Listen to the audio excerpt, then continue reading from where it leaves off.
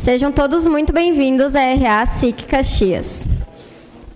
O tema da palestra de hoje é Refugiados e Migrantes, Desafios e Oportunidades.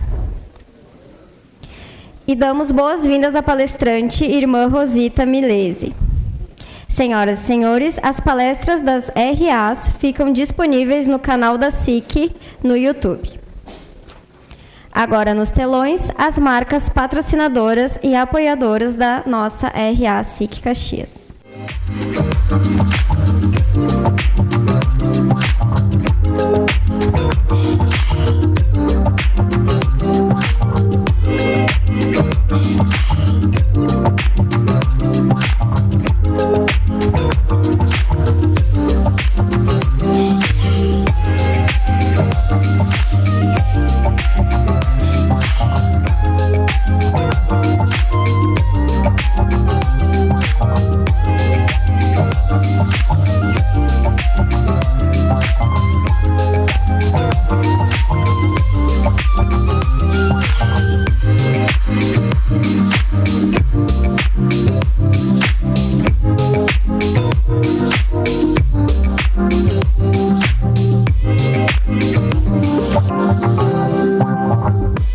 E o projeto Degustar da edição de hoje é com a Pavos Brasaria. A cervejaria Pavos, localizada no interior de Caxias do Sul, no roteiro do Vale Trentino, é uma excelente opção para quem deseja aproveitar a natureza, degustando cervejas premiadas e vivenciando uma experiência cultural única. O pátio, abençoado pelo padroeiro de uma das igrejas mais antigas da cidade, está instalado em uma casa datada de 1877, proporcionando um ambiente acolhedor para saborear boas cervejas e apreciar uma gastronomia de qualidade. Siga @Pavos Brasaria e visite esse lugar encantador. Senhoras e senhores, para sua saudação, convidamos ao palco o presidente da SIC Caxias, Celestino Oscar Louro.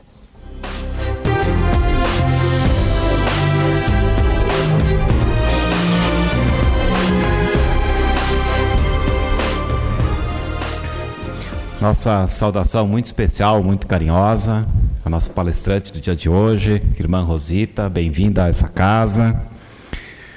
Representando a Prefeitura de Caxias do Sul, Mauro Trojan, que é presidente da FAS. Representando a Câmara de Vereadores, vereadora Marissal Santos, bem-vinda. Dom José Gislon, que além de ser nosso bispo diocesano, também é presidente da Fundação Universidade de Caxias do Sul. Ex-presidentes aqui da nossa casa, a imprensa e a cada um das senhoras e dos senhores que escolheram a nossa SIC para estar nesse final de manhã de segunda-feira. Hoje nós temos a alegria de receber essa convidada tão especial, a Irmã Rosita, cuja trajetória é um exemplo de entrega, de coragem e de fé na transformação da nossa sociedade. Ela é uma religiosa que fez da vida um propósito. Tem atuado há décadas em favor de refugiados, de migrantes, oferecendo documentação, assistência, apoio à inserção laboral e, sobretudo, esperança às pessoas que chegam, muitas vezes, apenas com a força de sobreviver. O reconhecimento internacional que já recebeu, concedido pelo Alto Comissariado da ONU para Refugiados, não é apenas uma homenagem individual. É o símbolo de uma causa que pertence a toda a nossa sociedade. Porque quando alguém se dispõe a ir para a linha de frente, deixar para trás caminhos mais confortáveis e mais seguros, para defender causas que são de todos nós. Isso é mais do que um gesto. É missão, é vocação, é propósito de vida. Ao longo da sua trajetória, a Irmã Rosita nos mostra que o voluntariado, quando guiado pelo espírito do cuidado humano, pode se tornar uma força, assim, transformadora. e que a sociedade, quando trabalha unida para transformar o mundo, encontra respostas para os desafios mais complexos do nosso tempo. Queremos, nesse momento, em nome da SIC, registrar nosso profundo respeito e reconhecimento a esta caminhada inspiradora. Também, nós não podemos deixar de destacar um outro fato marcante desta segunda-feira: a posse do ministro Edson Fachin como presidente do Supremo Tribunal Federal e do Conselho Nacional de Justiça. Gaúcho, aqui de Rondinha, o magistrado assume a liderança da mais alta corte do país e do CNJ, em um momento em que a sociedade deposita grande expectativa no fortalecimento da justiça brasileira. Esperamos que a sua gestão seja pautada pela isenção, pela pacificação do país, pelo desarmamento dos espíritos e, acima de tudo, pela valorização das instituições democráticas, independentes e autônomas.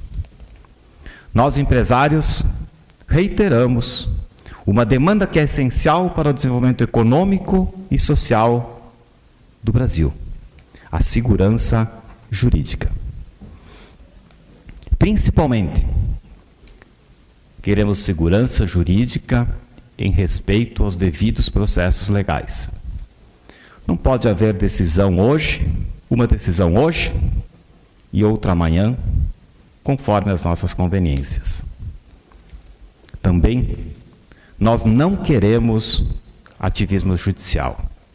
O que buscamos e o que esperamos é a previsibilidade que dá estabilidade, que dá confiança e condições para que investimentos prosperem e empregos sejam gerados. O ministro Fachin, ao assumir também o Conselho Nacional da Justiça, terá a responsabilidade de guiar a justiça brasileira no próximo biênio. É uma missão de enorme envergadura, que esperamos seja conduzida com equilíbrio, com firmeza e com compromisso com os valores constitucionais. Assim, a RA desta segunda-feira se torna ainda mais significativa. De um lado, a inspiração que vem da irmã Rosita, de uma vida dedicada ao cuidado humano e à transformação social. E do outro, o chamado para que as nossas instituições estejam realmente à altura das necessidades da nossa nação. Muito obrigado e uma boa RA a todos. Senhoras e senhores, com o compromisso de valorizar e fortalecer o associativismo, a SIC Caxias hoje dá as boas-vindas às empresas que se associaram à SIC nos meses de julho e agosto.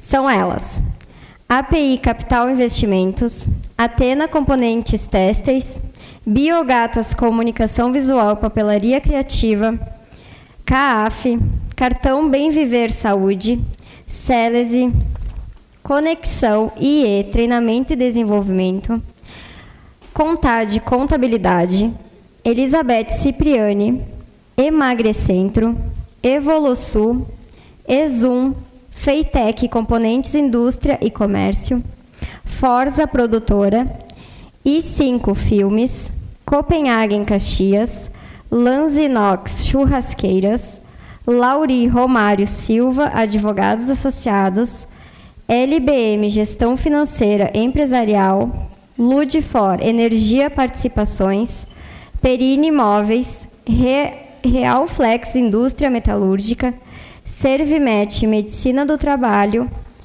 Sul-Americana Indústria e Comércio de Artefatos, Suzana Maria Vicenzi, Trévora Software, William Marcos Menon, Valéria da Silva, Village Marcas e Patentes e ZM Comércio e Administração Hoteleira. Convidamos ao palco o presidente da SIC, Celestino Louro, juntamente com os vice-presidentes Rubem Bise, Idalise Manchini e Eduardo Michelin, e também os representantes das empresas para a foto oficial.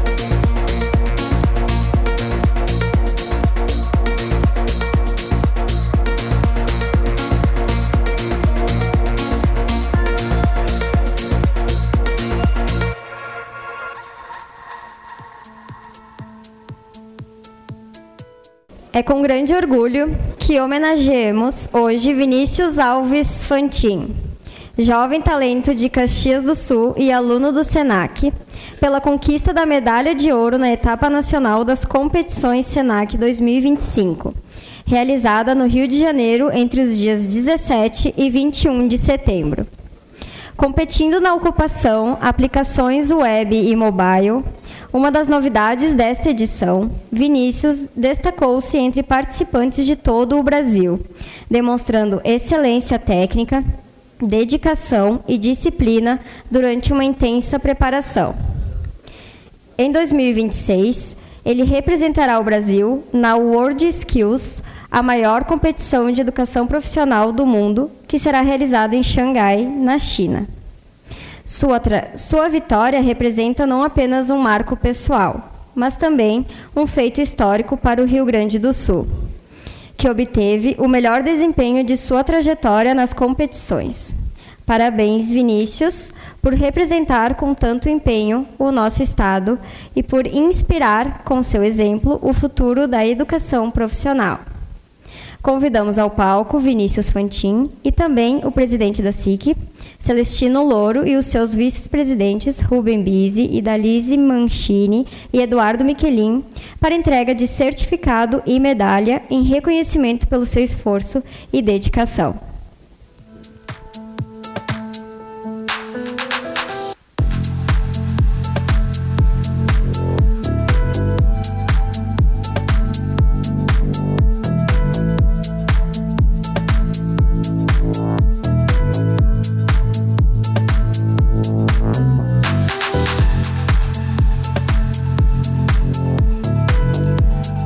Convidamos ao palco também, para participar desse momento, a diretora do SENAC Caxias do Sul, Denise Sefrin, e o presidente do Conselho Superior, Nadir Rize, e a presidente do Conselho Deliberativo, Ágata Tonieto, para compor a foto.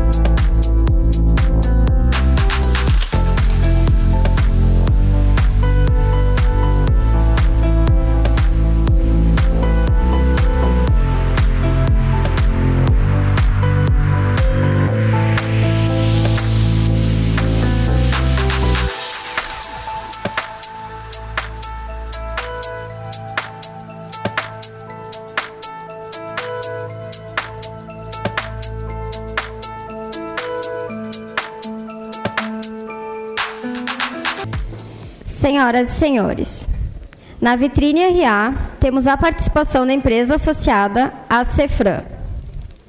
Há 38 anos no mercado, a Cefran é referência no fornecimento de embalagens, suprimentos corporativos, produtos de limpeza e utilidades para os mais variados setores. Oferece atendimento personalizado e um mix de produtos com opções que vão das mais econômicas até as de mais alto padrão, com soluções práticas e inteligentes para agregar ainda mais valor ao seu produto ou serviço. Com a Cefran, você centraliza todas as compras em um único fornecedor, recebe rápido e economiza. E a empresa organizou um sorteio especial. Vamos ao ganhador.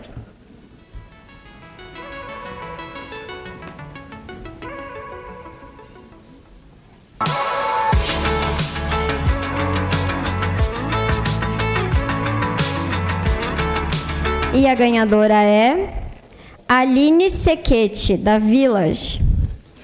Meus parabéns, você pode retirar o seu prêmio no estande da Cefran ao final da RA. Estamos nos últimos dias para garantir a participação no monumento dos 150 anos da imigração italiana no Rio Grande do Sul. Uma homenagem grandiosa que será construída na Praça da Estação, em Caxias do Sul. Sob o tema De Raízes Fortes a Horizontes Infinitos, o monumento valoriza o legado de coragem, trabalho e fé dos nossos antepassados. Agora é a sua vez de honrar essa história. Participe! Sua empresa, sua família e sua trajetória merecem estar eternizadas neste capítulo que celebra a força das nossas origens. Confiram o vídeo. De raízes fortes, nasceu uma cidade construída com coragem, trabalho e união.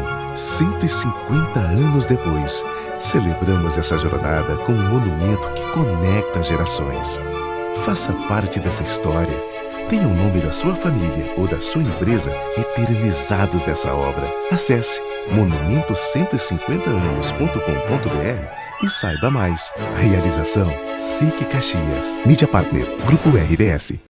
Ao final da palestra, teremos um painel de perguntas. Você pode enviar sua pergunta acessando a ferramenta pelo QR Code disponível nos telões ou na sua mesa. E para falar mais sobre o panorama do refúgio e migrações mundial e local e outros pontos para formuladores de políticas locais, convidamos ao palco da RA SIC Caxias a irmã Rosita. Seja bem-vinda.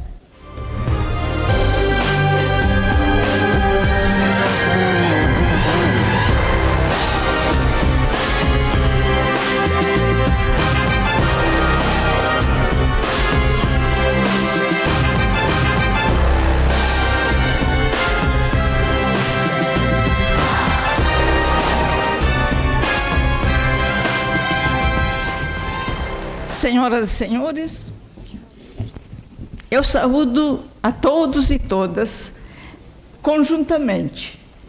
E sempre eu faço chamando a todos e todas de amigos e amigas, porque acredito que as pessoas que se dispõem a escutar um tema humanitário, que se dispõem a conhecer, aprofundar mais o tema dos refugiados e dos migrantes, são todas pessoas que estão no mesmo patamar. Estamos todos no mesmo patamar de carinho, de acolhida e de interiorização desta temática. Por isso, a todos e todas, sem distinção de nomes, embora eu já tenha saudado várias pessoas individualmente, com muito prazer, estou aqui para comentar e tratar, então, um pouco do tema dos migrantes e refugiados em nosso tempo.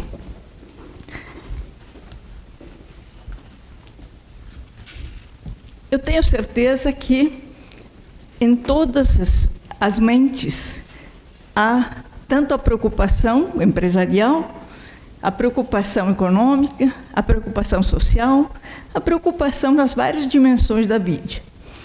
mas é importante termos presente, e esta é um pouco a minha contribuição, a dimensão humanitária.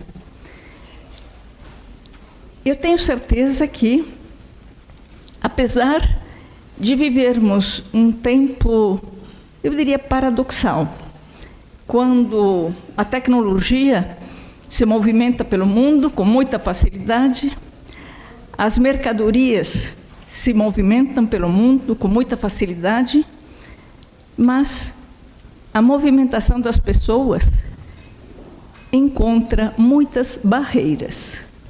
Esta é uma desigualdade no tratamento. Aqueles que mais precisam da oportunidade, às vezes, de deslocar-se, encontram barreiras.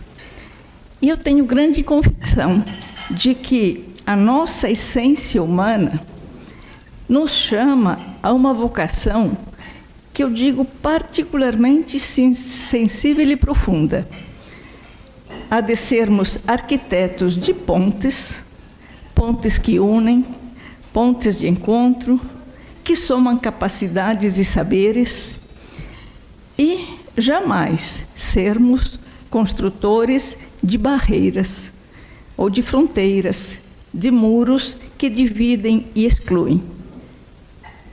Acredito muito nisso e tenho certeza que em nossas mentes isto está presente.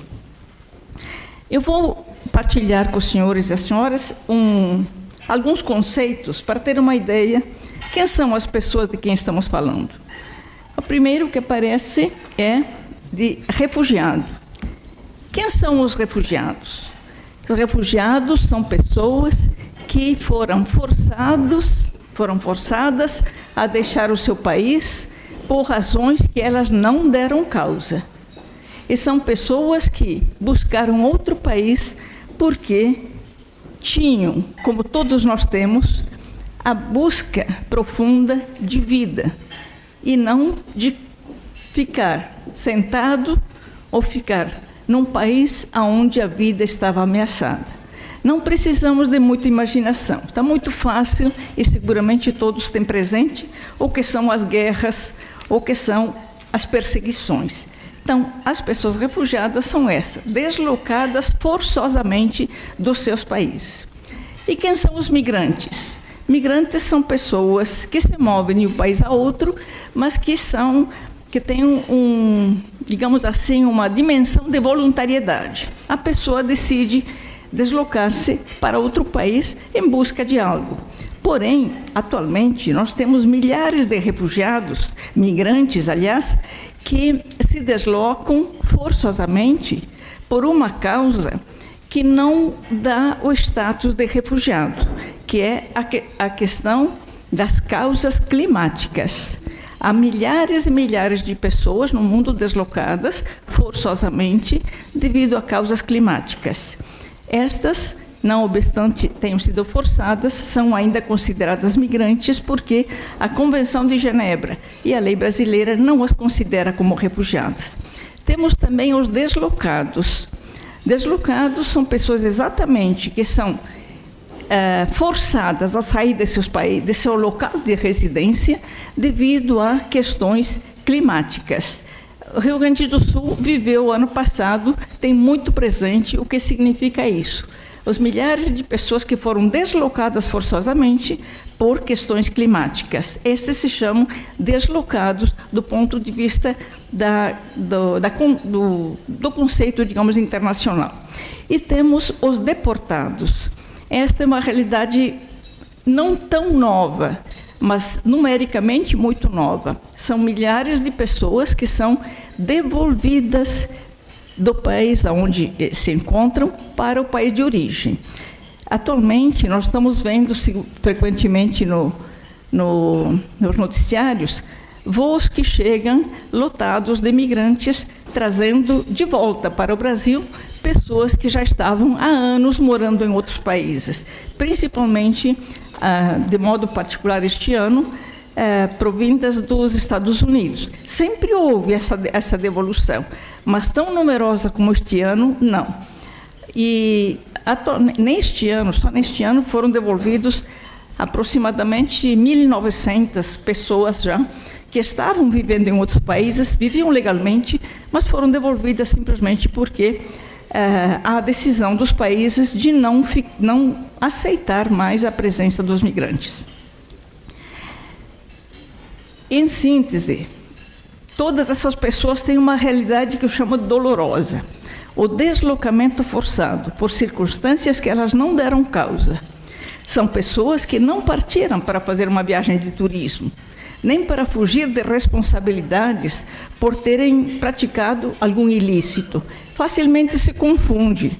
Eu posso dizer com certeza, muitas vezes se confunde refugiado com fugitivo. Não tem nada a ver, eles não são fugitivos, são pessoas que foram perseguidas ou que tiveram que fugir devido a guerras, enfim, perseguições, violações de direitos, etc.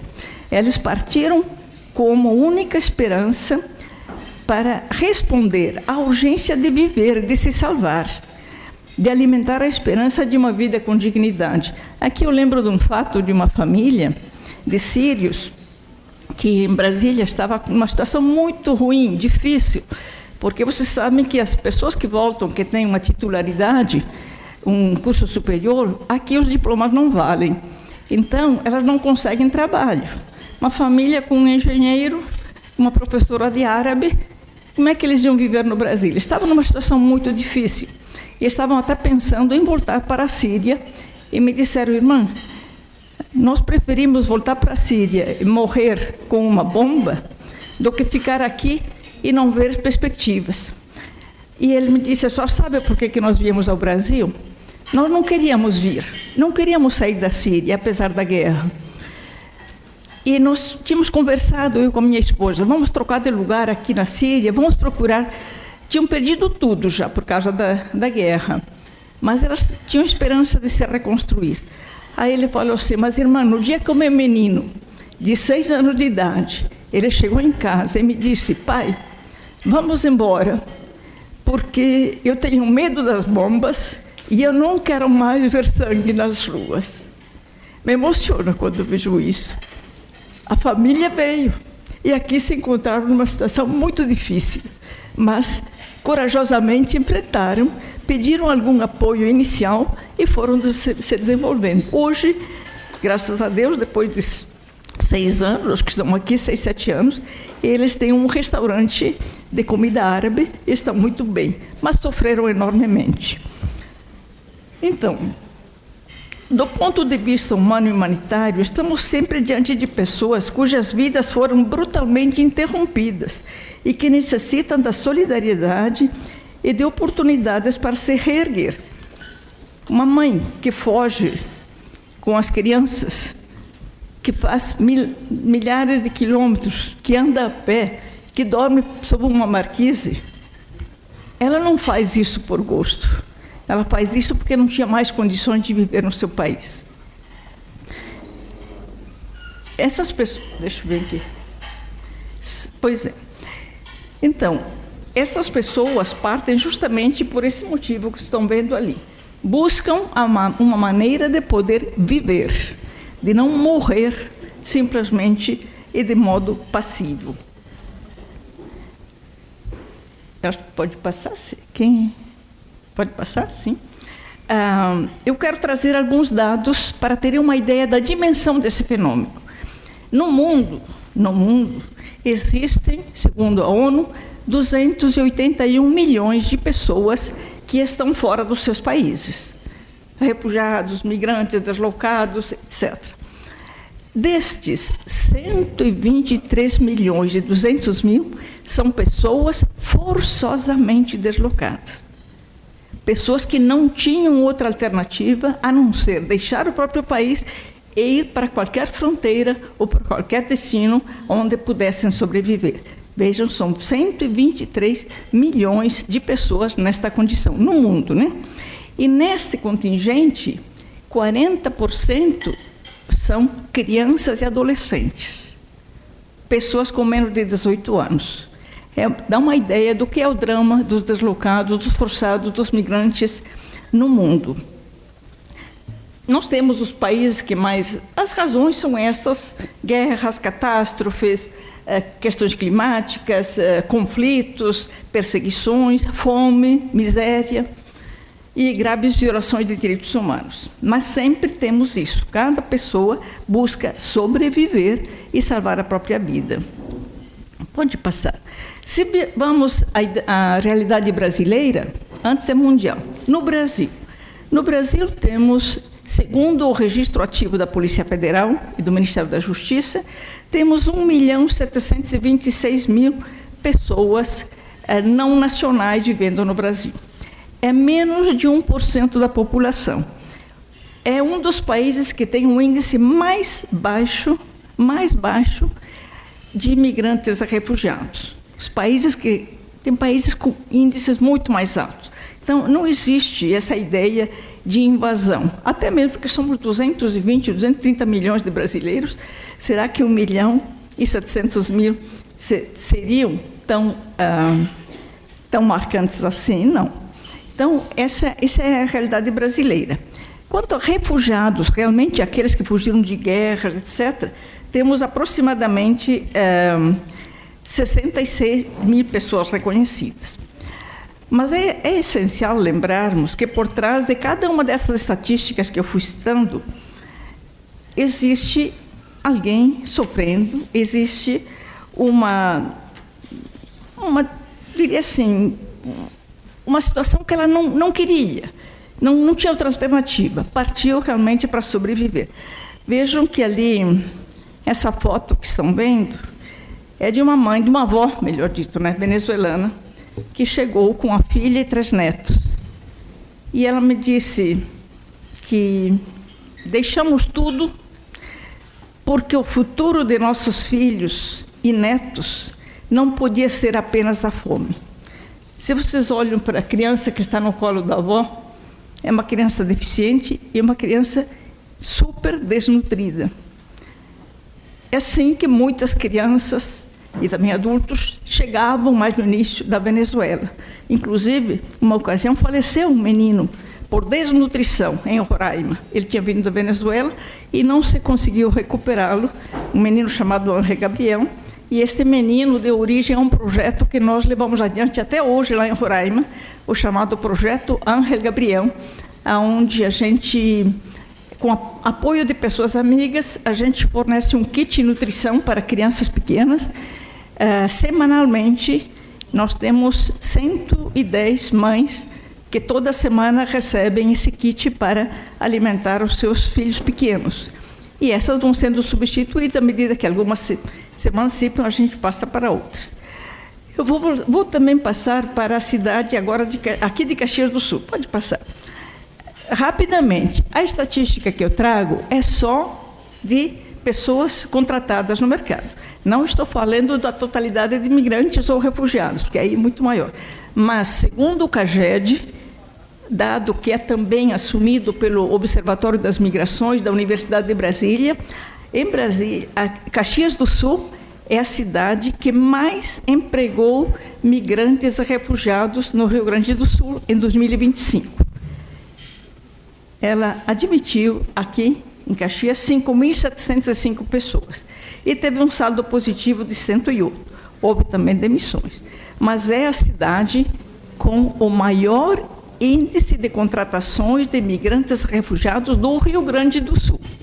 A segunda é Vacaria, terceira é Erechim, Porto Alegre, Flores da Cunha, Bento Gonçalves, Garibaldi, Farroupilha, Novo Hamburgo, que estão vendo ali um pouco os números.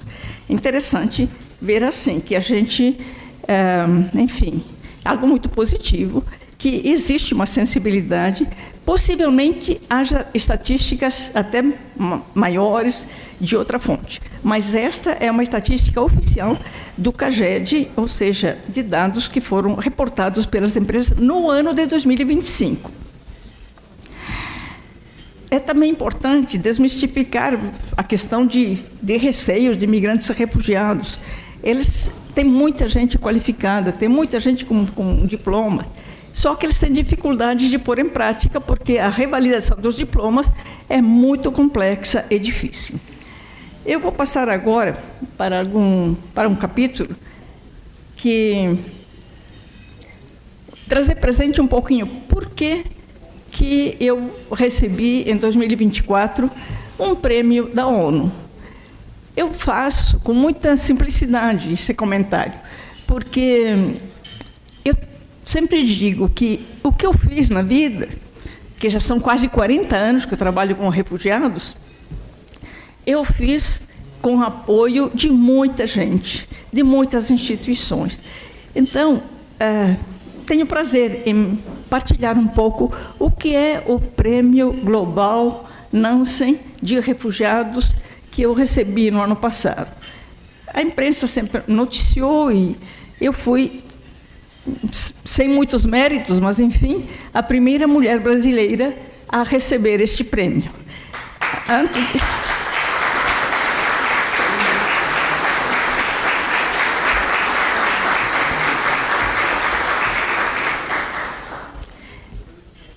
É difícil, né?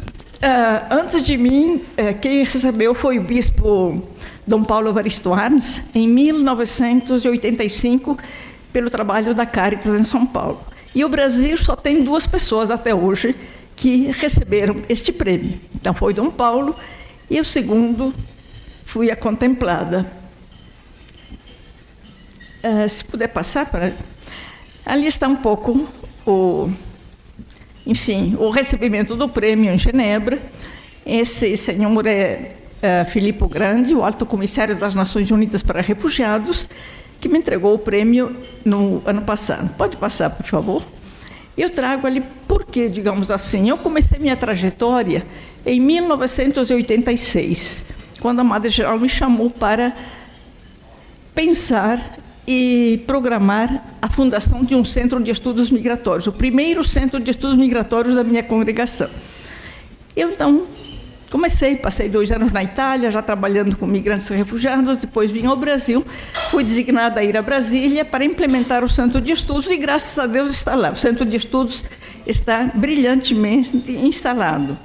Ali eu retrato, lá em 1991, 92, quando começaram a chegar ao Brasil os refugiados de Angola, que o Brasil não tinha nenhum preparo para isso, eu tampouco tinha grandes preparos, mas o Acnur, o Alto Comissariado, me procurou e juntos começamos os primeiros atendimentos a esses migrantes, a esses refugiados, que em pouco tempo eram mais de 2.000, 3.000 no Brasil, uma situação nova. Pode passar para ser mais rápido? Aqui, então, já é um outro momento, quando eu salto muito na história, porque não posso contar toda a história, seria grande demais. Mas ali é um momento de quando a gente recebia os haitianos. Ali eu estou no estado do Acre, que foi um grande desafio, a vinda dos haitianos, porque eram milhares e milhares de haitianos que chegaram, estavam muito mal acolhidos, com muita dificuldade, o governo pouca estrutura tinha nesse sentido. Então, enfim, a gente se envolveu muito com esse acolhimento de milhares de refugiados que depois foram tratados como migrantes haitianos. Pode passar. Aqui também, novamente, recebendo os haitianos no Acre. Quando a gente ia, eles vibravam, porque, enfim, levávamos um pouco de esperança, levávamos a documentação, organizávamos os ônibus para serem transportados, enfim, demandávamos o governo para que estivesse presente. Enfim, um trabalho muito intenso que a gente fez. Pode passar. Aqui, então, já em outro momento, recebendo o pessoal de Gana, os ganeses, que alguns lembram que vieram em 2014 para a Copa e depois não voltaram para o país. E quando chegaram, a gente, então, passou a dar alguma assistência a pedido do próprio governo, porque havia alguns milhares também, não eram tantos, mas enfim. E ali, então, estávamos atendendo e acompanhando esses ganeses que também estavam, já que depois a gente conseguiu estudar uma solução jurídica que acabou beneficiando milhares de pessoas, e uma parte que a gente fez foi justamente isso, de encontrar uma solução jurídica. Aqui, quando começaram a chegar os venezuelanos, eram indígenas, porque nós temos em Brasília, inclusive, uma comunidade de 125 indígenas venezuelanos refugiados. E ali, lá no Acre, quando chegavam os primeiros, que estavam dormindo na rua, muito mal, havia mães com bebês passando mal. Então, a gente esteve lá trabalhando, etc, etc. Já pode passar. Então, o que a gente diz diante disso? Que quando a gente vê esses grupos todos, a primeira coisa que a gente pensa é dar comida, ver onde vão dormir, conseguir umas roupas de frio se faz frio, etc. Mas tem um ponto muito mais importante, mas não, tão importante quanto, que é a documentação. E isso sempre foi um dos meus grandes, digamos assim, projetos. Documentar as pessoas para que possam encontrar trabalho. Porque se não tem documentos, não podem trabalhar. Se não trabalham, como é que vão viver? Não tem como. Então, ali já tem um menino do Haiti, aliás, esse eu acho que é ganês, que a gente acolheu muitos e muitos, documentação, o acolhimento básico, mas eu sempre sublinho isso: se não houver trabalho e emprego, o acolhimento se torna uma ilusão temporária, porque ninguém subsiste sem trabalhar, sem ganhar o próprio pão. Por isso que o investimento nessa área, e o apreço que eu expresso aqui hoje, é nesta área. O trabalho é verdadeiramente a base da autonomia. Pode passar? Eu estive ali, é muito interessante ver esse haitiano, porque ele veio um dia ao meu escritório, ele ainda não tinha carteira de trabalho quando ele veio. Me emocionou muito. Ele veio ao meu escritório, ele estava sozinho, a esposa e a filha estavam lá na República Dominicana, não conseguiam vir, não tinham dinheiro, ele ainda não tinha emprego, não falava português, mas a gente foi ajudando, estimulando, e um dia ele veio na minha sala, e estava muito contente, e eu pensando que ele vinha chorar, porque ele não tinha emprego, não tinha família, não tinha onde dormir. E o que ele vem fazer aqui, pensei. E eu perguntei, como é que você se sente? E ele me disse, muito feliz. Eu disse, o que te faz muito feliz? Ele disse, só pensar que aqui tem água e luz todos os dias, eu estou muito feliz. Sabe, me marcou, porque para mim ele devia estar na pior. E ele dizia, não, ver que sempre tem água para tomar e luz, para mim, é um motivo de grande alegria. Então, é importante ver essa simplicidade que muitas vezes as pessoas se manifestam a sua alegria e a sua satisfação. Por uma ocasião, um outro haitiano foi fazer um teste numa empresa e ele foi rejeitado. E ele tinha ido muito bem no teste. Aí ele disse, olha, irmã, eu acho que eu fui discriminado, porque eu sabia mais do que os outros que estiveram no teste.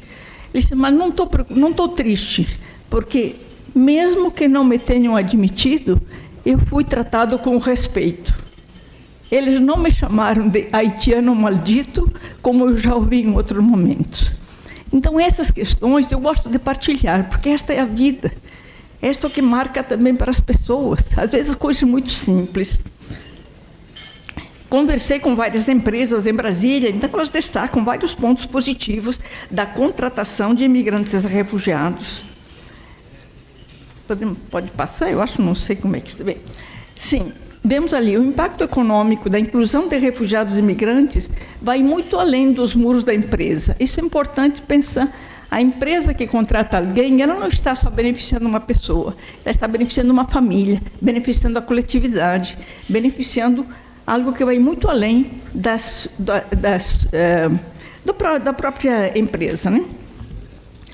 E é interessante observar que em 2016 e 2017, a Fundação Getúlio Vargas fez um estudo sobre o impacto econômico da presença dos migrantes em Roraima. Porque em Roraima havia milhares. A gente andava pelas ruas e tinha pessoas dormindo em todas as esquinas, em todas as calçadas. E eles fizeram um estudo e mostrou que o PIB do Estado teve um crescimento de 2,3%, bem mais alto do que a média dos outros estados, graças à presença dos migrantes. Pode passar, por favor? Eu trago também aqui algo muito inspirador, que está na Bíblia, que diz, quando um migrante morar convosco, na vossa terra, não o oprimais. O migrante que reside convosco será para vós como um compatriota, e vós o amareis como a vós mesmos, pois também fostes migrantes na terra do Egito.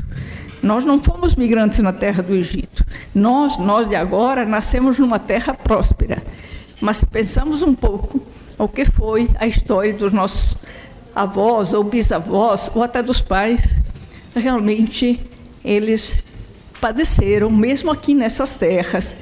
E, graças a eles, e ao trabalho, à fé, à dedicação, nós hoje existimos e estamos vivendo a beleza que é Caxias do Sul. E também a expressão bíblica muito famosa, eu era migrante e vós me acolhestes. É ali que o Senhor nos pede para sermos solidários. Pode passar, por favor. Avançando ainda no trabalho que eu faço, apenas para partilhar, nós temos em Brasília um Instituto de Migrações de Direitos Humanos, que fundei com pessoas amigas, dentro daquela trajetória de acolher os angolanos, acolher os venezuelanos, acolher os ganeses, acolher os haitianos, enfim, no caminhar da história. E, sobretudo, lá nos anos de 1995, 96, esse é um ponto que a ONU apreciou muito, e por isso que me deu o prêmio também. O Brasil não tinha nenhuma lei de refugiados. Tinha a Convenção Internacional, mas não havia lei brasileira. E, graças, sei lá, à intuição que a gente teve, junto com o pessoal do Acnur, fizemos o primeiro projeto de lei sobre refugiados do Brasil. Tive a oportunidade de colaborar na elaboração desta lei e depois defendi no Congresso Nacional até ser aprovada. E em 97 foi aprovada a primeira lei de refugiados do Brasil. E isto marcou muito, porque foi uma lei avançada, uma lei muito acolhedora, e ela serviu de modelo para muitos outros países. E na sequência da lei, a gente ajudou a instalar o CONARE, que é o Comitê Nacional para Refugiados, e depois fundamos, eu com duas pessoas amigas, o Instituto Migrações e Direitos Humanos. A gente atende na documentação, na assistência social, em todos os sentidos, as famílias que chegam. E, normalmente, atendemos de 10 a 12 mil pessoas por ano em nosso instituto, entre Brasília e Roraima, onde temos um escritório. E temos também em Brasília, agora mais recentemente, a Casa Bom Samaritano.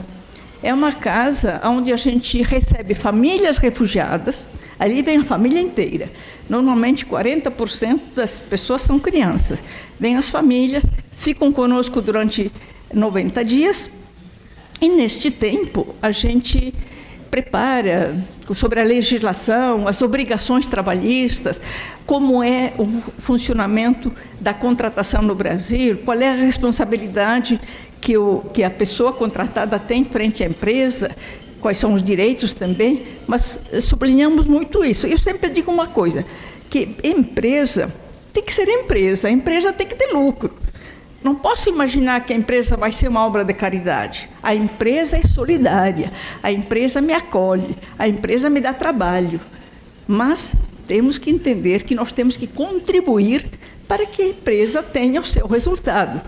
Pois se ela não tiver resultado, ela não consegue continuar sendo uma presença positiva na sociedade e muito menos dará empregos. Então, isso a gente passa muito para as pessoas. Nós não podemos esperar que só venha benefícios. Temos que ter obrigações e responsabilidades. E também, nessa Casa Bom Samaritano, temos um compromisso oficial, que é o seguinte: nós precisamos, nesses 90 dias que a família fica conosco, encontrar emprego fixo para pelo menos uma pessoa de cada família. Não temos como dizer para uma pessoa, chegou o teu tempo, saia daqui, se vire, se eles não têm nenhuma renda. Então, esse é um princípio. E graças a Deus, senhoras e senhores, até agora nós já atendemos em torno de 320 famílias, mais ou menos, famílias que ficam 90 dias, aprendem português, aprendem informática, aprendem a legislação, aprendem a Lei Maria da Penha, a gente muito dura nesse ponto, o respeito, etc. E todas as famílias saíram com pelo menos uma pessoa empregada. E isso nós devemos também ao empresariado, porque nós não temos como empregar, senão não temos quem empregue. Graças a Deus, nessa Casa Bom Samaritano, está ali que nós sempre conseguimos empregar as pessoas e todas as famílias saíram já com uma pessoa recebendo o seu salário para poder garantir o seu sustento. Pode passar. Ali eu trago um outro exemplo de um momento crítico no qual eu me envolvi e que, de novo, marca a de trajetória que, no fim, culminou no prêmio. Lá em Roraima, esta era a realidade frente à Polícia Federal. Essa fila, que não tem fim, estava ali em frente à Polícia Federal em Roraima. Pessoas esperando para fazer documentos. A polícia não tinha nenhuma estrutura, tinha uma estrutura muito pequena, porque era um estado de pouco movimento. E a superintendente da polícia, vendo essa realidade, ela ficou meio assim, dizer, o que eu vou fazer? Nós não conseguimos atender esse mundo de gente. Me telefonou, eu estava em Brasília ainda, e ela disse, irmã, nós precisamos de uma ajuda. Eu disse, qual ajuda? Ajudar no atendimento do público. Em 24 horas, a gente arranjou uma mesa doada, 4 cadeiras, 2 voluntários e começamos um trabalho dentro da Polícia Federal, dentro da superintendência de atendimento do público, nós da sociedade civil. Aí passávamos para a polícia só fazer a parte formal. Isso foi um trabalho muito interessante que marcou demais a todas as, enfim, a todas as instituições e pode passar. Poucos dias depois, nós já estávamos com esse grupo de voluntários trabalhando na Polícia Federal. Ficamos quase um ano trabalhando dentro da sede da Polícia Federal, como sociedade civil, com voluntários atendendo, e aquela fila nunca mais existiu. Veja o que mais tem. Aqui é uma foto da Casa Bom Samaritano, em Brasília, que eu já comentei o que é. Ali estamos acolhendo as famílias e fazendo palestras, etc. Sempre repito, se não houver trabalho, a gente não consegue. Aqui é uma comunidade indígena, que também a gente atende em Brasília. São 125 indígenas, e aqui fomos com metade deles à sede da Polícia Federal para documentar todo esse pessoal. Graças a Deus, hoje todos eles estão com documentos regularmente no Brasil, e assim vai. Fizemos várias ações desta natureza. Ali algumas propostas do que se pode fazer na acolhida, que seria oferta de emprego, apoio na documentação, apoio linguístico, avaliação por competência, reconhecer a capacidade, o treino das pessoas, porque muitas vezes elas não têm diplomas, e se tem diploma não vale aqui, lamentavelmente, mas elas têm anos de experiência. Eu tenho o caso de um médico que era médico cirurgião há 15 anos no país dele. Chegou no Brasil, ele vivia com a cesta básica, porque ele era médico, ele não podia trabalhar, ele levou 4 anos para poder superar as etapas de revalidar o seu diploma, mas nunca desistiu, pedindo na humildade, na simplicidade, vinha pegar a cesta básica, trabalhava cuidando de idosos, ganhava o salário mínimo, depois foi trabalhar num açougue, entende? Onde aparecesse ele fazia algo durante 4 anos para poder superar e conseguir a revalidação. Pode passar, por favor. Aqui é um depoimento de um migrante também, que ele entrou ele é da área paramédica, a gente indicou, ele entrou num laboratório, está já há 4 anos, está muito feliz, fazendo carreira, crescendo no seu trabalho. Pode passar. Aqui existe o chamado Fórum Empresas com Refugiados. Quem quiser ver mais, tem o site ali. São as empresas que se cadastram nesse fórum, se querem, e ali tem uma série de relacionamentos com o Alto Comissariado das Nações Unidas, entre empresas, para empregados, etc. Pode passar.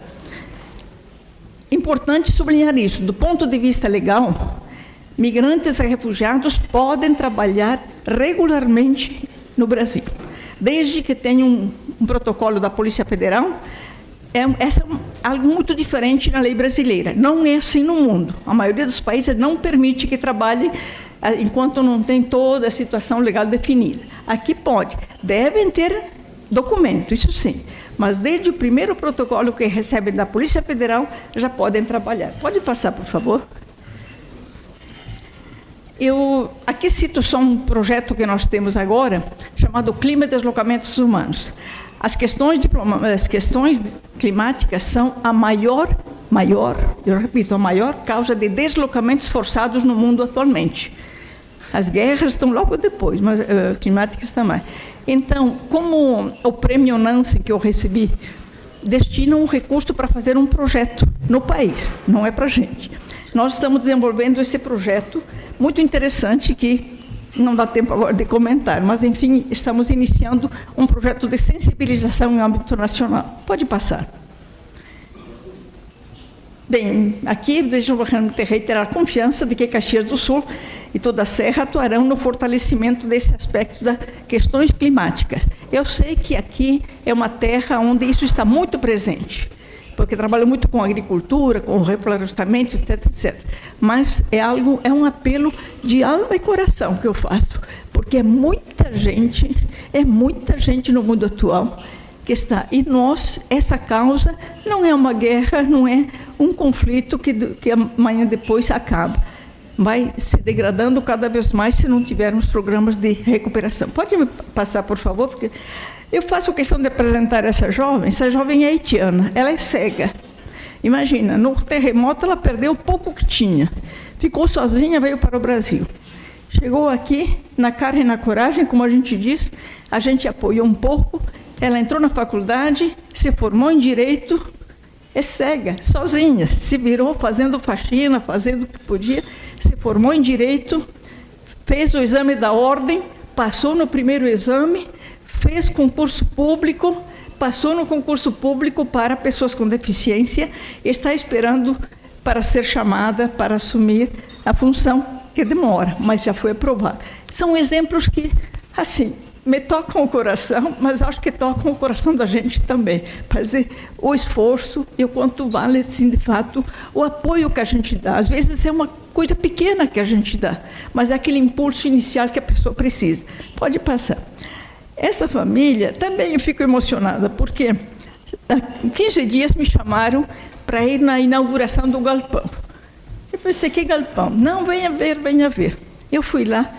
Quando cheguei, a família pegou essa caixa de ferramentas e me mostrou e disse, irmã, a senhora lembra que quando chegamos há 4 anos, a senhora nos deu essa caixa de ferramentas, porque eu sabia fazer o trabalho de recuperação de carros danificados, não é só mecânica, recuperação, mas não tínhamos nada. Nós pedimos, a senhora nos deu essa caixa. E agora queremos mostrar para a senhora, 4 anos depois, eu quero lhe dizer, esta caixa foi o nosso sustento durante 4 anos. E agora estamos com alegria inaugurando o galpão que conseguimos alugar para ampliar o nosso serviço. Então é um apoio, às vezes, a família ali é muito esforçada, mas é muito bonito ver essas questões. Às vezes te dá um impulso inicial e a coisa cresce, a coisa desenvolve, é algo que anima qualquer ser humano. Pode passar. Gente, eu queria só terminar dizendo o seguinte, que, deixa eu ver aqui, uma palavra do Papa Francisco me marca muito e eu levo sempre comigo, que acolher quem foge da guerra e da fome e de outros desastres é um ato de humanidade.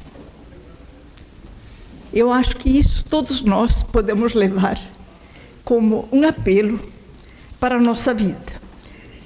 E desejo muito realmente que Caxias do Sul e toda a Serra Gaúcha escrevam um novo capítulo de sua história, ou continuem escrevendo um belo capítulo de sua história gloriosa. Que estas terras sejam reconhecidas como símbolo, que já são reconhecidas como símbolo de trabalho árduo e progresso sustentável, seja cada vez mais uma referência nacional e internacional de acolhimento humano, integração social e econômica dos refugiados e imigrantes, e igualmente que sejam agentes transformadores no cuidado da natureza e no investimento para fazer andar juntos desenvolvimento e preservação. Isto é um bem para todos, não é só para os imigrantes e refugiados, mas dar oportunidades a eles e elas, eu acho que é somar forças e é escrever um belo capítulo da história de Caxias do Sul. Muito obrigada.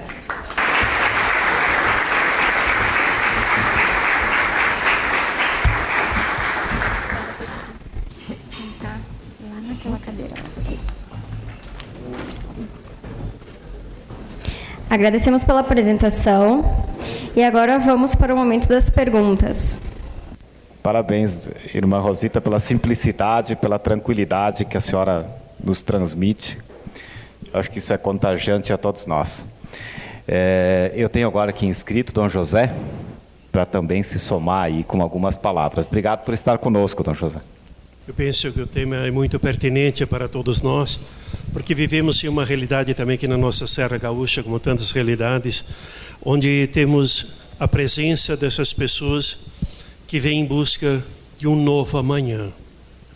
Eu morei no estrangeiro 10 anos. E a gente sabe, quando você mora no estrangeiro, mesmo tendo afinidade linguística, um pouco de descendência, mas é sempre uma barreira. O ser aceito, o ser acolhido. E sabemos sim que hoje, se nós vamos nos nossos mercados aqui de Caxias, a maioria dos atendentes não são mais brasileiros, são imigrantes que aqui chegaram, né, e estão se inserindo no mercado de trabalho. Então eu penso que o gesto de acolher, ele é muito importante. Nós estamos celebrando 150 anos da imigração italiana. Os nossos antepassados foram acolhidos nessas terras, foram desbravadores, construtores de sonhos e de uma nova realidade. Eu penso que mesmo tendo toda a evolução que temos, numa realidade distinta no Brasil e no Rio Grande do Sul, devemos ter esse olhar e também um coração aberto para acolher os novos imigrantes e ajudá-los também a se inserirem nessa realidade, porque isso nos ajuda a termos uma sociedade mais fraterna, mais humana e mais divina. Quem passou por essa experiência sabe o quanto é importante ser acolhido e ser inserido na caminhada da comunidade. Eu penso que o empresariado de Caxias, que recebeu no passado muito mais migrantes do nosso país, e eu fui diretor de seminário no Paraná, e aqui em Caxias encontrei vários ex-seminaristas que vieram do oeste catarinense, do sudoeste paranaense. E aqui se inseriram no mercado de trabalho, estudando também, formaram família. Então esse rosto acolhedor da nossa realidade da Serra Gaúcha, ele é muito importante, porque significa, em primeira mão, que nós temos presente os passos dados pelos nossos antepassados. E mantermos o coração e esse olhar aberto faz a nossa realidade ser diferente. Acolher o estrangeiro, amar o órfão e a viúva, são princípios básicos da mensagem do Evangelho. Então, eu quero dizer a todos, não tenham medo de acolher e inserir essas pessoas no mercado de trabalho. Às vezes nós temos exemplos não tão bonitos, mas vamos ficar com aqueles positivos e bonitos que multiplicam muitas vezes a opção e, acima de tudo, a inserção de tantos outros que chegam. Obrigado pela oportunidade.